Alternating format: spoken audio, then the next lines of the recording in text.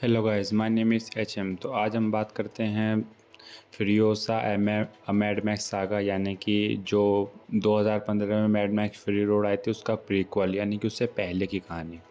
अगर हम बात करें मूवीज़ की टाइमलाइन के बारे में, ये टाइमलाइन आई थिंक ये 5 स्टैंडर्ड करती है इस फ्रेंचाइज़ की, यानी कि 5th मूवी है।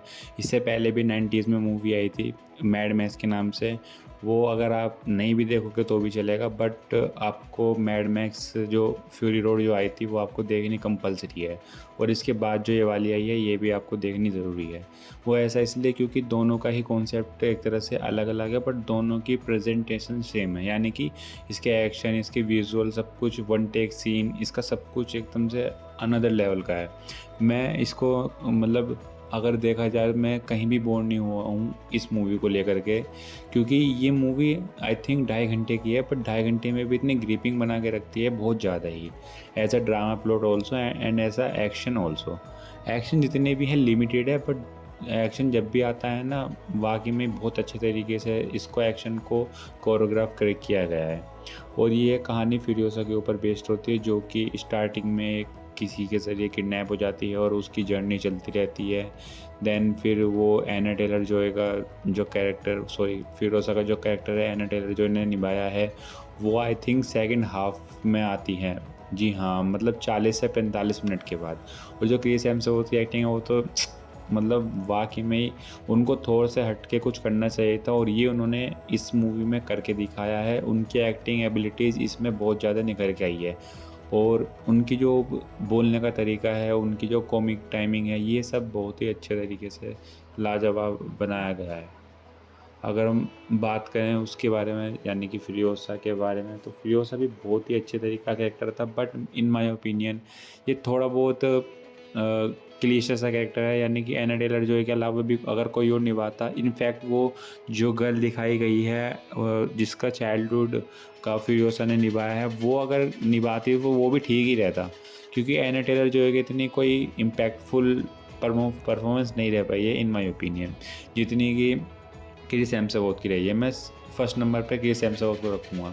देन सेकंड, इसमें जो एना टेलर जॉय का एक तरह से लव एंगल दिखाया है, उस बंदे को भी रखना चाहूँगा, क्योंकि उसने भी बहुत अपने एफर्ट्स लगाए हैं।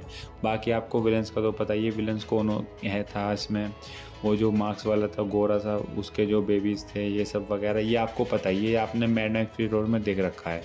बट उसके आगे की कहानी भी ये इस मूवी में दिखाते हैं कुछ ग्लिम्स के साथ। यानी कि जब मूवी ख़त्म होती है तो कुछ ग्लिम्स के साथ ये आपको थोड़ी बहुत हिंट देती है कि इसके बाद क्या क्या हुआ था।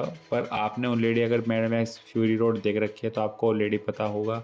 अगर आपने नहीं देख रखी है तो आप ग्लिम्स देख सकते हो, बट मैं रिकमेंड करूँगा आपको वो वाली मूवी भी देखनी चाहिए और ये भी। और अगर आप वो वाली मूवी बिना देखे भी ये जाओगे, मतलब आपने वो नहीं देखी और आप ये भी देखने जाओगे, तो आपको कोई कन्फ्यूजन नहीं होने वाली, वो आप आके भी देख सकते हो इन माय ओपिनियन।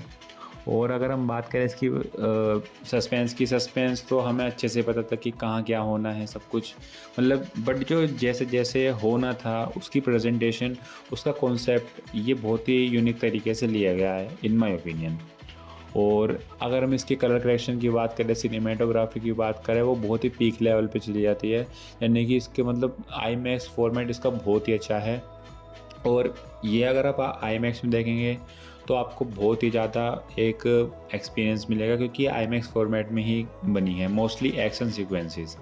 और अगर हम अनदर प्लेटफॉर्म की बात करें, यानी कि जैसा मैंने आपको बताया, एक्शन का बता दिया, ड्रामा, सस्पेंस, थ्रिलर तो इसमें कूट कूट के भरा गया है। यानी कि एक फ़ाइट इसकी कम से कम 20-25 मिनट की है, जो इंटरवल के आई थिंक बीच में लटकी रहती है। वो बहुत ही लाजवाब फाइट है।